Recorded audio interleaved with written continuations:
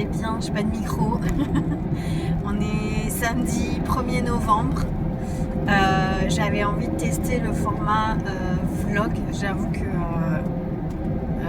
j'aime pas trop me filmer. Voilà, je pense pas en fait, surtout. Je pense pas à me filmer quand je fais des trucs en fait.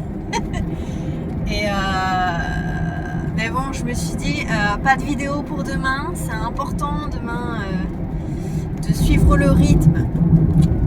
On prend de nouvelles résolutions pour vraiment 2025 là. On recommence tout à zéro encore une fois. Enfin, pas tout à zéro, mais avec les expériences qu'on a eues, en fait, on fait un gros chamboule tout. Enfin, c'est une grosse marmite. On récupère tous nos ingrédients en fait. Et on est parti pour une nouvelle aventure. Donc voilà, je pense que demain, je vous ferai. Donc demain, dimanche 18h, je vous posterai ce vlog qui est vraiment totalement spontané. J'espère en plus que vous m'entendez. Voilà, on est samedi 1er novembre, pardon, et j'ai rendu mon espace de coworking. Ça y est, alors comme je vous avais dit, j'étais un peu mitigée, j'étais un peu triste et en même temps excitée aussi de ce qui m'attend derrière. Mais c'est vrai que j'y tenais vraiment parce que voilà, c'est quelque chose que j'avais fait toute seule. J'ai demandé de l'aide à personne. Bon, il y a une personne qui m'a aidée à ce moment-là, mais voilà, je n'avais pas demandé vraiment d'aide. Et c'est vrai que voilà, je pense que Dieu est avec moi tout le temps en vrai, parce que voilà, à chaque fois il me met des personnes qui m'aident malgré les incompréhensions, malgré les différends aussi. Bon bah voilà, je tombe toujours sur des personnes bienveillantes, gentilles, avec leurs défauts. Du coup je suis reconnaissante malgré tout de tout ça. Du tout un échec, franchement je le prends pas du tout comme un échec. Je le prends juste comme en fait, vous savez, j'avais 2 boutiques avant. Donc j'ai eu ma boutique de dev perso qui a duré 1 an, et ensuite ma friperie. Je voulais vraiment me couper totalement de tout ce qui était invisible, ésotérique, quelque chose de très terre à terre, et ne plus vraiment je voulais plus entendre parler de spiritualité. Je pense que j'en avais vraiment besoin pour reprendre de nouvelles bases, de nouveaux cadres, parce que vous savez à quel point le développement personnel, le New Age et l'ésotérisme sont très dangereux psychologiquement. Donc je sais qu'il va y avoir beaucoup de dégâts par la suite. Ça, j'en suis convaincue, et c'est pour ça d'ailleurs que je suis vraiment déterminée et motivée à faire de la prévention tout le temps en vrai. Et on me l'avait dit que je garderais pas, donc et même moi j'avais le sentiment aussi que je le garderais pas, hein, cet espace. Et c'est là où je voulais en venir, c'est qu'en fait pour moi il y a des choses c'est pas qui ne fonctionnent pas, c'est que j'apprends en fait. Chaque expérience, j'apprends. Et j'ai pas peur, j'ai pas honte, voilà, j'ai pas l'impression avant, c'était plus ce sentiment-là que j'avais, parce que c'était le regard des autres en fait. C'était ce que les autres me renvoyaient en me montrant, bah tiens, t'as encore loupé. Alors que maintenant que j'ai un nouveau mindset et que je pense différemment grâce à Dieu, grâce à Jésus,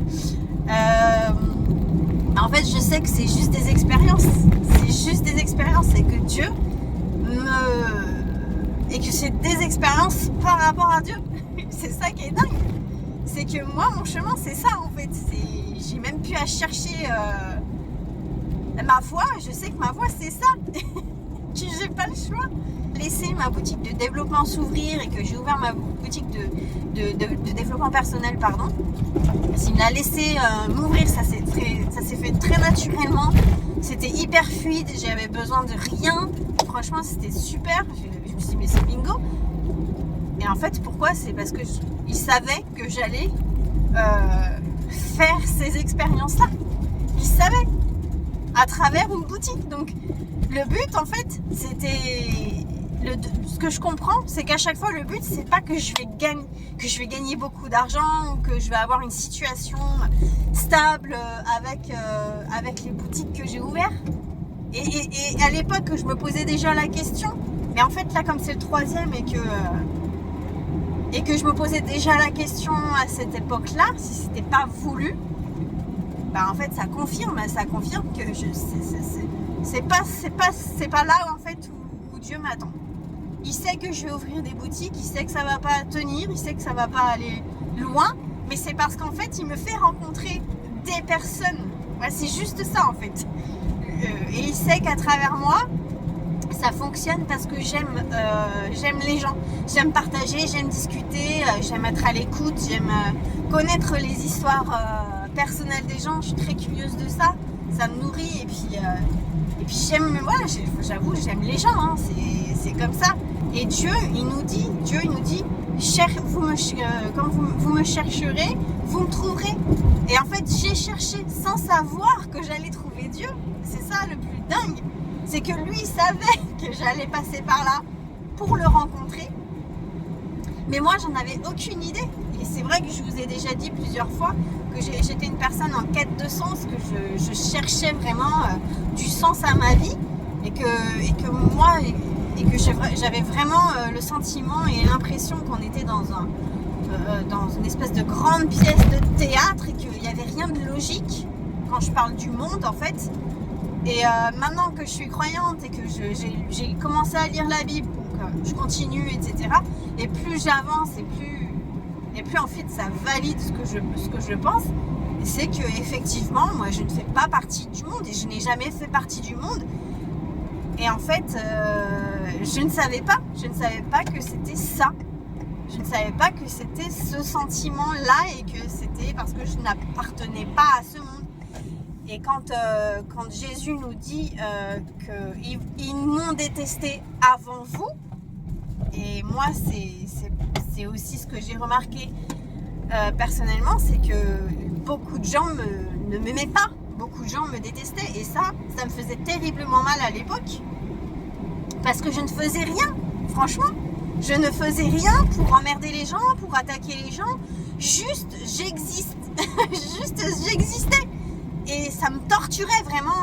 Je me souviens des discussions que j'ai eues avec des personnes à cette époque-là et qui me disaient mais pourquoi tu te tortures autant? Pourquoi ça te fait aussi mal? Pourquoi tu te tortures autant? Ils ne comprenaient pas. Et moi, je cherchais toujours une logique. Pour moi, il fallait qu'il y ait une logique, en fait, à tout. Explication à tout. Je suis un peu comme ça. J'ai besoin qu'il y ait une explication à tout. Sinon, je comprends pas et c'est comme si que j'étais perdue parce que je comprends pas le sens. Il faut que je comprenne le sens. Pareil, on va me donner quelque chose à faire. Par exemple, dans les boulots anciens que j'ai eus, quand on me donnait des boulots à faire et que je ne comprenais pas pourquoi je le faisais, en fait, j'arrivais pas à le faire parce qu'on m'expliquait pas pourquoi. Et j'ai remarqué en fait que ça, c'est une qualité, c'est pas un défaut. C'est qu'en fait, on peut pas me faire n'importe quoi. Tout simplement parce que j'ai des valeurs, parce que j'ai une éthique et parce que je m'écoute. Je suis une personne, même si j'ai quand même beaucoup écouté les autres. Quand je parle des autres, c'est plus ma famille, mais les autres hors famille, donc tout ce qui était professionnel, etc. Je n'ai jamais validé quoi que ce soit en fait. Dès que ça me convenait pas, mais je me cassais en fait et je me suis toujours écoutée. Et je suis la personne la plus instable de ma famille. Je suis le vilain petit canard. Mais parce que en moi, en fait, c'était pas possible. Ça voulait dire que j'allais mourir, que je mourrais en fait à petit feu. Donc c'était pas possible. Mes valeurs et mon éthique est plus importante que tout le reste. Donc, je ne pouvais pas... voilà. Pourquoi je ne peux pas être riche? Pourquoi dans ce monde, je parle pécuniairement, hein, parce que je ne fais pas partie du monde et parce qu'il fallait que Dieu soit avec moi.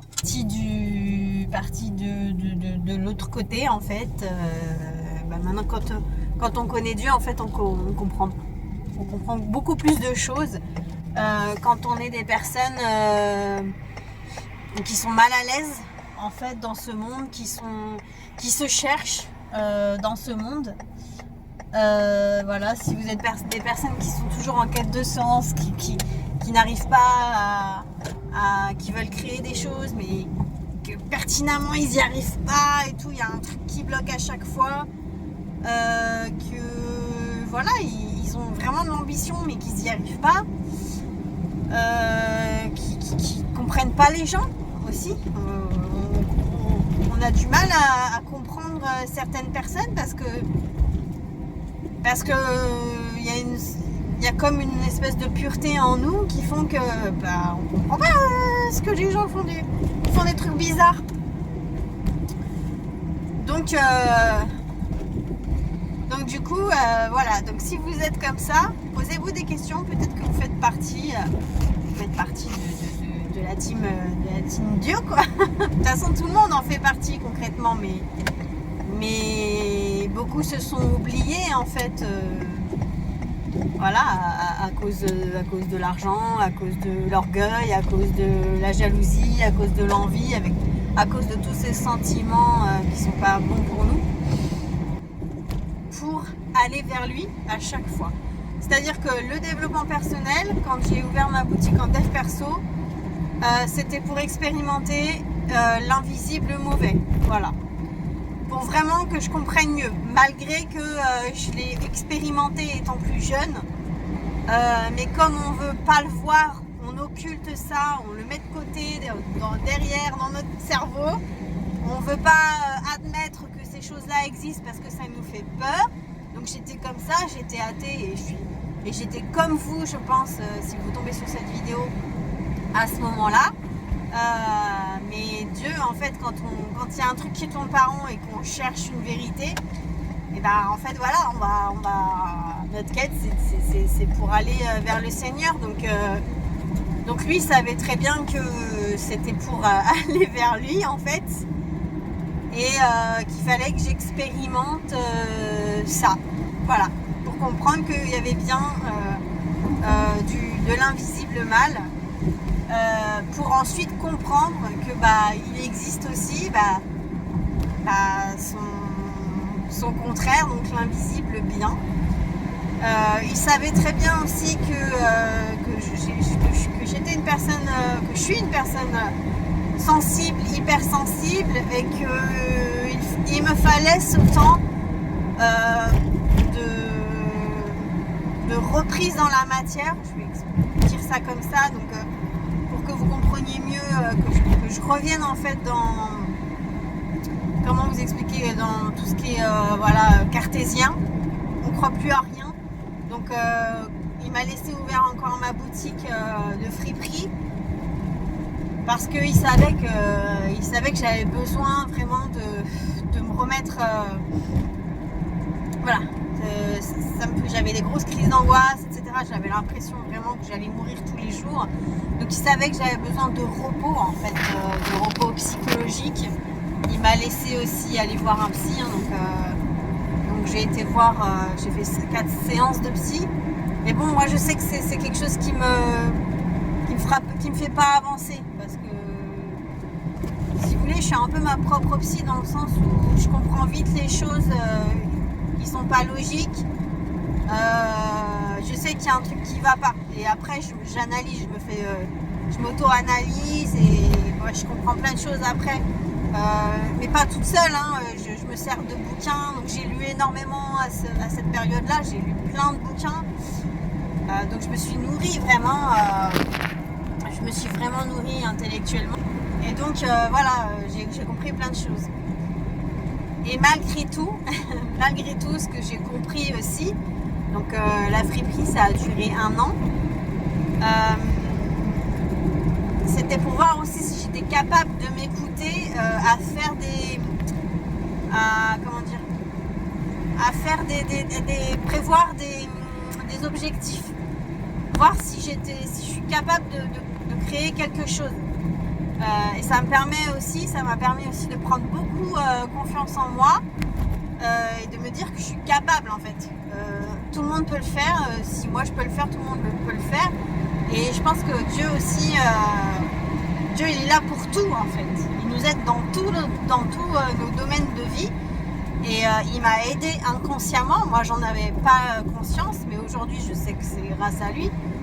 Il savait très bien que j'étais quelqu'un qui n'avait pas confiance en elle à cause de rabaissement sans cesse, en me faisant croire que j'étais nulle. Donc quand on me disait que j'étais nulle, que je servais à rien, que j'étais bonne à rien, j'y croyais tout simplement. Alors que Dieu sait très bien que c'est faux. Et au contraire, en fait, justement, plus on est des gens comme ça, plus on est des personnes où on se fait rabaisser, en fait, c'est parce qu'on a une lumière intérieure qui ne doit pas être dévoilée, en fait. Et c'est ce que je comprends aussi aujourd'hui. Sans parler d'être élu, sans parler d'être prophète, sans parler d'être disciple ou quoi, c'est juste que, en fait, on va égayer, on va aider certaines personnes dans notre vie. Ça va peut-être pas être 30 000 personnes, mais ça va être au moins une personne ou deux personnes sur un an, parce qu'on a des paroles, on a une façon de penser et des paroles qui vont toucher les gens, sans faire... c'est pas voulu, hein, c'est naturel, c'est en nous. Et les gens vont se poser des questions et ensuite ils vont changer en fait. Ils vont se dire ah putain, elle m'avait dit ça, voilà. Et je sais que même si que je suis sur les réseaux, etc. et que c'est vrai qu'on cherche un peu à avoir beaucoup d'abonnés parce qu'on veut diffuser ce message incroyable. Mais ce que je comprends aussi avec Dieu, c'est que c'est vraiment... on a le contrôle sur rien là-dessus. C'est que on sait même pas qui est-ce qu'on va aider en réalité. Et moi ça me va. Je me dis bah ok. Et même après on a quand même les retours. Donc c'est beau. Et voilà. Et ce que j'ai compris, c'est que même si c'est pas quelqu'un sur les réseaux, même si c'est quelqu'un sur les réseaux, que c'est une personne, et ben c'est une personne et c'est une personne. Une personne aux yeux de Dieu, c'est incroyable en fait, c'est le game changer, on a gagné quoi, on a gagné une personne en plus. Donc si, moi je suis passée par des moments assez difficiles, mais il a vu que j'étais quelqu'un d'assez déterminé et que c'est vrai que je me suis battue toujours. Je me suis toujours battue, relevée de chaque chose qui me sont arrivées dans la vie. Alors je dis pas, hein, je mesure pas, je compare pas. Il y a des personnes. Il y avait un chat. La bouffe est tombée, mais je m'en fous, j'ai pas écrasé le chat. Merci Seigneur. Moi j'espère que j'ai pas foutu les sushis en l'air. Mais voilà, pour dire qu'en vrai c'était attendez, je reprends mon souffle. Je savais qu'il allait se passer un truc, mais voilà, je vais essayer de ramasser les sushis. Ma friperie, bah voilà, j'ai compris aussi que Dieu me voulait quand même là, mais moi je voulais plus, j'étais pas prête, parce que j'ai parlé avec des personnes et malgré que je ne voulais plus parler de ça, je voulais qu'on me laisse tranquille par rapport à l'ésotérisme, par rapport aux croyances, etc. Je voulais vraiment qu'on me laisse tranquille, je voulais plus en parler, je voulais plus rien de tout ça. Malgré tout, j'ai eu beaucoup de clientes en fait qui m'ont parlé malgré tout. J'ai eu des clientes à la friperie où spontanément on parlait de ça alors que moi j'en voulais plus. Elle était infirmière aux soins intensifs et donc ma curiosité fait que j'étais obligée de lui parler. Alors, mais du coup, est-ce que vous croyez comment c'est passé avec vos passants? Est-ce que vous pensez qu'il y a quelque chose après la mort, etc. Et la femme, elle me répond, mais oui. Elle me dit, mais c'est évident. Elle me dit, moi, j'ai plein de choses qui se sont passées. Donc, elle m'a raconté des histoires qui me confirmaient ce que je ressentais et ce que je croyais. En fait, ce qui est incroyable avec lui, c'est que en fait, il est hyper patient. Il a tellement d'amour pour nous qu'il est hyper patient et il sait en fait chaque personne sur cette terre. Il sait comment on réagit, il sait comment on est en fait. Il connaît notre ADN. Donc, en fait, il fait avec. Et il nous laisse. Il sait qu'on a besoin de tant de temps, et il nous laisse vraiment ce temps-là. Et ensuite, quand j'ai fermé mon espace de friperie, quand j'ai fermé ma friperie, voilà, j'ai pris du temps, hein, j'ai pas réouvert tout de suite, j'avais besoin vraiment de me poser, de réfléchir, donc j'ai fait ma formation en marketing digital. Là, il m'a rappelé en fait. Il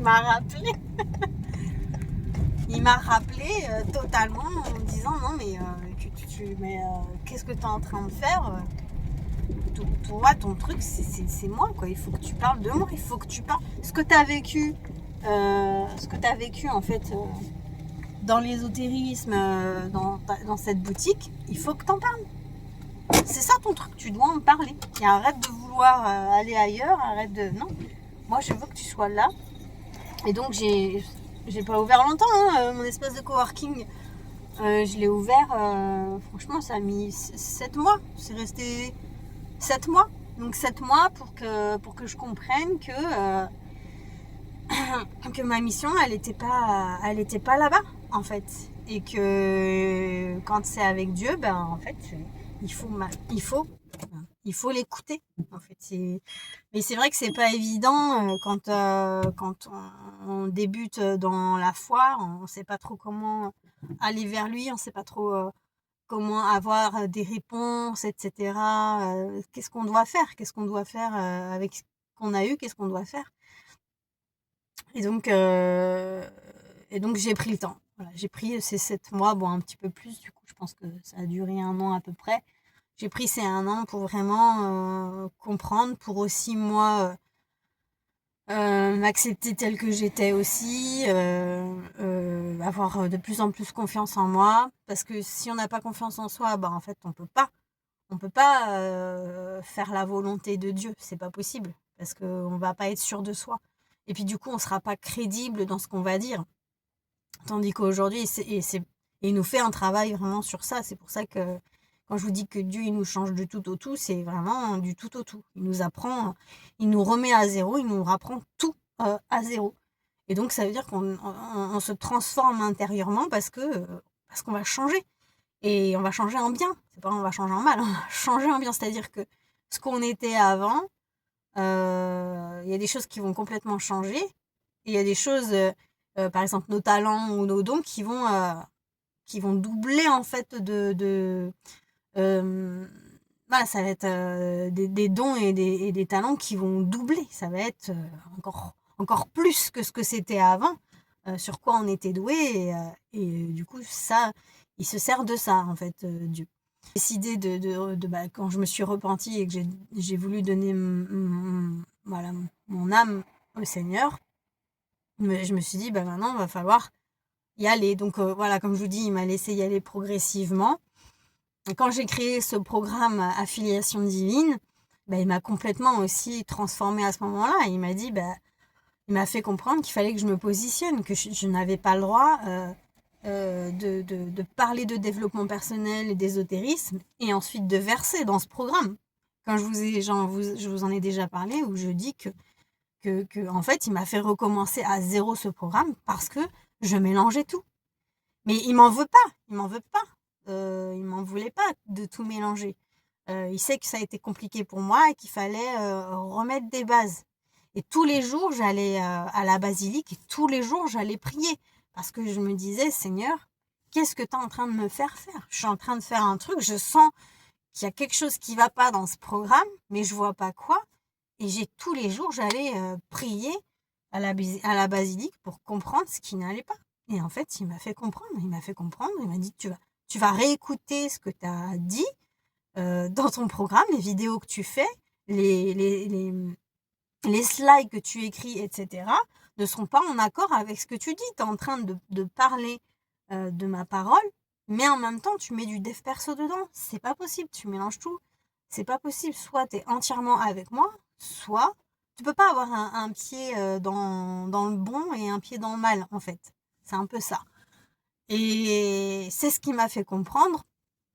Et j'ai eu aussi pas mal d'expériences aussi avec d'autres chrétiens où j'ai senti que Dieu nous donne le discernement. Je vous assure que, comme je vous ai parlé beaucoup des témoins de Jéhovah qui m'ont appris aussi pas mal de choses, je suis retombée sur des témoins de Jéhovah juste en face de ma boutique. J'ai eu ma première cliente qui était témoin de Jéhovah. Et, et voilà, mais moi je savais que c'était pas ce qui me correspondait parce que eux, ils ont un rapport avec les anges qui est totalement différent du catholicisme. Alors que voilà, dans le catholicisme, on croit aux anges. Dans, chez les témoins de Jéhovah, ils y croient, mais ils pensent pas qu'on a un ange gardien tout le temps avec nous, en fait. Et moi, je suis persuadée de ça. Moi, j'en suis sûre. Donc voilà, c'est ce que je crois. Parce que j'ai eu des expériences par rapport à ça. Des personnes aussi avec qui j'ai discuté qui ont eu des expériences comme ça, où ils ont senti qu'il y avait une grosse protection et que voilà. Donc, donc quand j'ai su ça, pareil, j'ai prié et j'ai dit Seigneur, apporte-moi le discernement parce que je veux marcher avec toi. Donc voilà. Et ensuite, j'ai d'autres chrétiens aussi qui sont venus. Je cherchais ma famille en Christ en fait. Comme je voyais sur les réseaux et tout, tout le monde parlait de sa famille en Christ et tout. Et c'est vrai qu'on a besoin d'une famille chrétienne pour avancer et pour aussi ne pas se sentir seul sur ce chemin, parce que c'est vrai que Dieu il est là, mais nous on a terriblement besoin de social en fait. On a besoin de partager et d'expérimenter avec les gens en fait. On ne peut pas être enfermé H24 chez soi, c'est pas possible. L'humain il est fait comme ça, il a besoin d'interaction, il a besoin des autres, on est comme ça. Et il faut l'accepter. Et c'est vrai que moi, j'étais un peu en colère contre Dieu par rapport à tout ça, parce que j'avais fait ma dépression et que je tombais toujours sur des personnes mal intentionnées, donc je voulais plus sortir. Je voyais pas comment je pouvais me protéger moi-même toute seule face à tout ce monde néfaste, mauvais, avec de mauvaises intentions. J'ai compris que c'était Dieu qui me protégeait et que j'avais rien à craindre. Et que j'avais aussi des anges qui étaient là parce que voilà, j'ai eu beaucoup je sais en fait, voilà, à travers mon parcours spirituel, voilà, que j'ai eu beaucoup de messages. Donc pas des messages directs avec les anges qui me parlent, mais voilà, avec les interactions aux autres. Et c'est pour ça que l'interaction avec les autres est importante, parce que c'est à travers les autres que Dieu va nous parler, en fait. C'est pour ça qu'il ne faut pas rester cloîtré chez soi, parce que sinon on n'a pas de message de Dieu. Et moi, je croyais avoir des messages de Dieu, qu'il allait me parler, etc. Non, Dieu, il ne nous parle pas dans l'oreille, en fait. Dieu, il nous parle à travers les autres, à travers ce qui se passe autour de nous. Et donc, j'attendais en fait ce dernier moment, parce que je savais pas que j'allais avoir un message, mais il fallait que je tienne. Au fond de moi, je savais qu'il fallait que je tienne. Ma conviction a été de dire que je veux réussir cet espace de coworking, etc. Je veux vraiment partager, aider les auto-entrepreneurs qui galèrent, etc. C'était vraiment mon but, voilà. Et donc ça, Dieu l'a compris.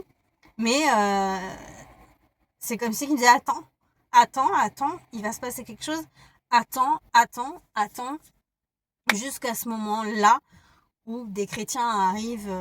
Et voilà, j'étais vraiment entre deux, à savoir je ferme pas. Mais si je ferme pas, je vais m'endetter et je veux garder vraiment cette bonne relation que j'ai avec ma propriétaire. Ça se passait super bien, elle est super gentille, etc. Et je voulais pas casser ce lien tu vois, ce lien où elle va me voir à faire des choses qui sont pas correctes, pas payer mon loyer, etc. Je voulais pas de ça. Je voulais vraiment pas. C'est des choses que j'ai fait auparavant et que je suis pas fière. Mais parce que j'ai appris aussi, etc. Et que j'avais pas le choix à ce moment-là. Mais là, j'avais le choix parce que c'est moi qui a pris cet espace de coworking. Donc, voilà, dans le programme, je vous parle de responsabilité aussi, à quel point c'est important d'être responsable de ses actes. Donc, voilà, je voulais vraiment valider mon acte de responsabilité. Donc j'ai fait vraiment, j'ai lutté, j'ai même essayé de trouver un travail. Franchement, écoutez, j'ai voulu trouver un travail pour essayer de pallier les deux. J'ai été refusée à tout. C'est ça qui est incroyable. Et quand j'en parle à mes proches, je dis c'est pas possible, je te jure. Même caissière, ils voulaient pas de moi, quoi. Même caissière, j'ai été refusée. Et à ce moment-là, j'ai eu un souci en fait avec mon opérateur. Donc il m'a carrément bloqué. En fait, j'ai eu un retard. J'ai eu un retard de paiement et ça m'a complètement tout bloqué. Ça fait que on pouvait plus me joindre. J'avais donné mes CV, mais on pouvait plus me joindre. Il y a une personne qui a réussi à me joindre par mail parce que j'avais laissé mon adresse mail et j'ai réussi à avoir un entretien. J'ai passé l'entretien. La personne, j'ai senti que c'était mort. J'ai senti, on le sent quand c'est mort. J'ai senti que c'était mort. Et je lui ai dit, mais quand même, j'avais changé de numéro entre temps. Je dis quand même, prenez mon nouveau numéro. Comme ça, vous me rappelez. Mais elle m'a jamais rappelé. Elle m'a jamais rappelé. Et les autres m'ont jamais envoyé de mail ou quoi. Voilà, ils auraient pu se débrouiller comme elle l'a fait. Non. Ça bloquait à ce niveau-là aussi. Et j'ai poussé au max pour avoir enfin le message du Seigneur. Donc j'ai des chrétiens, 3 chrétiens qui sont venus à mon espace de coworking. Je vous assure qu'il n'y a pas de hasard. Il n'y a aucun hasard. J'avais commencé à faire un événement, je voulais faire un événement, etc. pour les entrepreneurs qui veulent se développer, mais qui arrivent pas à commencer, en fait, savent pas par où commencer. Donc l'événement, il était fait pour ça. Et habituellement, quand il y a des personnes âgées qui passaient devant ma boutique, en fait, je les calculais pas parce que je sais que c'est pas ma cible potentielle et que je vais perdre mon temps. Vous voyez comment ils sont un peu je les adore, hein, mais parfois ils sont un peu, ils vous prennent un peu de temps parce que eux ils ont tout le temps, mais nous on travaille, on n'a pas vraiment le temps, donc du coup la plupart du temps je les calculais pas vraiment. Mais là, ces personnes-là, elles insistaient. Et je vois la personne elle est en train de sortir un truc de son sac. Je me dis, bon, il y a un truc, il reste longtemps devant. Il y a quelque chose. Qu'est-ce qu'il veut savoir? Même si je sais que c'est pas ma cible, il y a un truc qu'il veut. Qu'est-ce qu'il veut? Et j'ouvre et je lui dis, bah, je peux vous renseigner. Elle me dit, oui, je vois que vous faites une invitation et tout. Nous aussi, on a une invitation. Et donc, on se comprend parce que c'est quelque chose de entrepreneurial. Il me dit, on a une invitation pour les entrepreneurs, etc. Est-ce que ça vous intéresse? Mais c'est pour les chrétiens. Et là, je sais. Là, je comprends tout de suite que c'est Dieu qui me les a envoyés. Je comprends tout de suite. Et je dis, rentrez. Rentrez parce qu'on va discuter. Parce que je suis entrepreneuse chrétienne. Ça va faire 1 an que je suis entrepreneuse dans ce domaine-là, hein, dans cette activité-là. Et que je crois vraiment purement en Dieu. Aujourd'hui, c'est validé. Même si ça fait 2 ans que je cherche un peu, que j'ai besoin d'être sûre de moi. Là, je comprends totalement que c'est Dieu qui me les envoie et que eux-mêmes, le matin, il me dit, ce matin, on a prié pour que je touche une personne en particulier qui va faire que qu'elle va être sondée par notre venue. Et quand il m'a dit ça, mais j'ai dit, mais moi, j'ai prié justement pour que Dieu m'envoie un signe, savoir qu'est-ce que je fais, parce que je sais plus si je dois fermer ou si je ferme ou si je laisse ouvert mon espace de coworking. J'ai besoin de savoir. Moi, mon intention était vraiment de servir le Seigneur. Et comme je voyais que j'avais pas d'argent qui rentrait, etc., je me suis dit, mais Dieu ne peut pas me laisser financièrement dans la merde, c'est pas possible. Donc du coup, je comprenais pas ce que je devais faire. Et comme je suis aussi beaucoup de mentors sur les réseaux, des mentors chrétiens, entrepreneurs qui parlent de business dans le sens où comment gérer son argent. Donc j'en suis une en particulier qui s'appelle Debra. Euh, en fait, je comprends que je comprends en fait que je n'ai pas d'éducation financière. Je comprends que j'ai pas d'éducation financière. Ça fait 3 fois que je lance des boutiques et que je ne sais pas gérer l'argent en fait. Et c'est ça que je comprends à travers le fait que je fais un espace de coworking. Ça me fait comprendre qu'il y a des bases à respecter financièrement aussi. Donc la base mindset, je l'ai comprise, mais la base financière, elle n'est pas en moi, elle n'est pas établie. Voilà, mon éducation financière, elle est zéro. Je ne vous raconte pas le passé de mon papa, mais c'est pas un bon passé financier, donc toujours dans le manque, etc. Donc voilà, je ne sais pas m'éduquer financièrement. Et puis, le truc aussi qu'il y a en moi, c'est que je ne suis pas intéressée par l'argent. C'est ça qui est incroyable et tout le monde autour de moi me dit mais on est obligé de vivre avec l'argent. Et moi, je refusais. Je ne voulais pas d'argent. Pour moi, l'argent était associé au mal en fait. Et c'est pour ça que je ne voulais pas gagner d'argent, que ça m'intéressait pas d'aller travailler pour de l'argent. J'en voyais aucun objectif. Aucun. Donc avoir le RSA toute ma vie, ça me dérangeait pas. Mais ce que j'ai compris au fur et à mesure, c'est que déjà, je suis pas toute seule, hein, j'ai un enfant, et que mon enfant a des besoins, et que l'argent, c'est pas mal. L'argent, c'est pas mauvais. Si tu sais gérer ton argent, il est pas mauvais. Et c'est ce que j'ai compris au fur et à mesure. Mais ça a été un long cheminement. Voilà. Donc aujourd'hui, je sais que mon but, c'est d'avoir de l'argent pour vraiment vivre bien, on va dire. Mais je ne veux pas devenir riche, c'est pas mon intention du tout. Oh, mon intention, elle est d'aider les autres. Ça a toujours été comme ça. C'est vital. Voilà. Parce que j'ai lu beaucoup de podcasts dernièrement, où j'entendais, j'ai vu un podcast de Kev Adams. D'ailleurs, j'étais super étonnée. Franchement, le mec, c'est vrai qu'il a été détesté de pas mal de gens. Et moi, c'est vrai, au départ, je l'aimais pas trop. Je sais pas pourquoi. Mais aujourd'hui, je comprends pourquoi. Je comprends pourquoi et grâce à Dieu, voilà. Mais j'ai été super étonnée. En fait, le mec, il est hyper intelligent. Le mec, il a la rage, quoi. On le connaît pas assez. Et, et après, j'ai regardé aussi un autre podcast d'une célébrité aussi qui parlait de ça et qui effectivement disait que, en fait, ils expliquent qu'ils savaient qu'ils voulaient faire ça et que c'était pas, ils n'avaient pas le choix. Ils voulaient faire ça et c'est tout. Ils savaient très bien, ils avaient conscience vraiment du côté bon dans ce domaine-là, mais du côté mauvais aussi. Ils en avaient conscience, ils en avaient rien à foutre, ils voulaient foncer, donc ils ont tout fait pour y arriver, en fait. Et ils savaient que s'ils faisaient quelque chose d'autre, donc un job alimentaire, ils allaient mourir petit à petit. Quand je les entends, je me suis dit, mais c'est moi, c'est exactement ça. Parce que les deux, ils ont des parents, les deux, hein, ils ont des parents qui sont comme les miens, en fait, voilà, un peu contrôlés par la société. Et que c'est comme ça. Tu dois avoir un job alimentaire et puis voilà, c'est la sécurité, avoir un CDI, etc. Moi, ma mère, elle est comme ça, elle est carrée, etc. Elle a été assistante de direction pendant longtemps. Et le travail, c'était sa vie, quoi. Et elle était passionnée par ce qu'elle faisait. Et c'était la sécurité.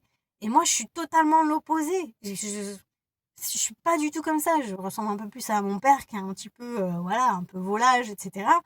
Et moi, je sais qu'au fond de moi, c'est vital. Et c'est pour ça que j'ai tenu aucun job. Le plus longtemps que j'ai fait, c'est 4 ans. Je sais pas comment j'ai fait. Mais c'est pour ça que et si, je sais pourquoi. Parce que j'étais dans le social, en fait. J'ai travaillé 4 ans dans un hôpital. Et ça me plaisait parce que je discutais avec les gens, en fait. Et c'est ça, moi, mon truc. Moi, c'est le partage et c'est l'écoute aux autres. C'est comme ça.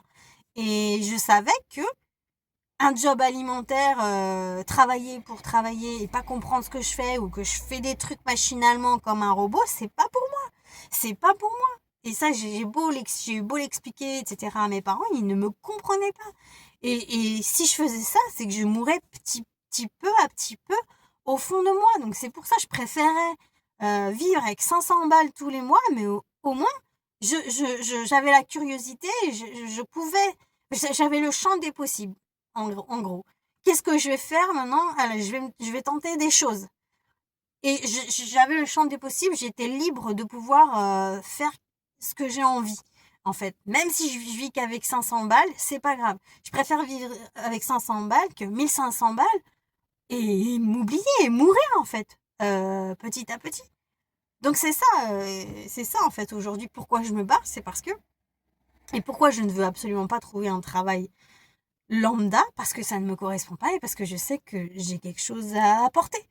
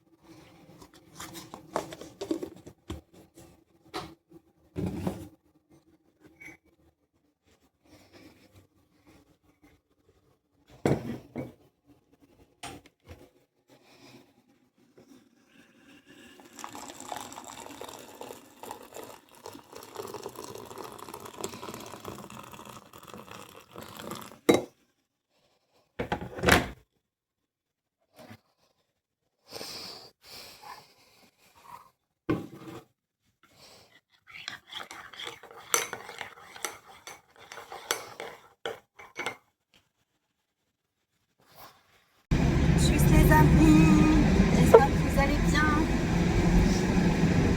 J'espère que vous m'entendez bien. Voilà, on est le lendemain, donc on est le 2 novembre 2025. Et voilà, je pars. Je vais à la messe, comme je vous avais dit hier soir. Donc voilà, je me suis préparée.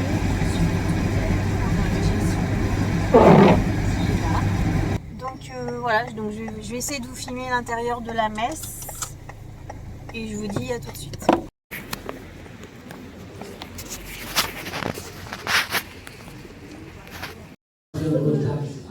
Avec le grand Dieu de l'univers, le Seigneur des Seigneurs.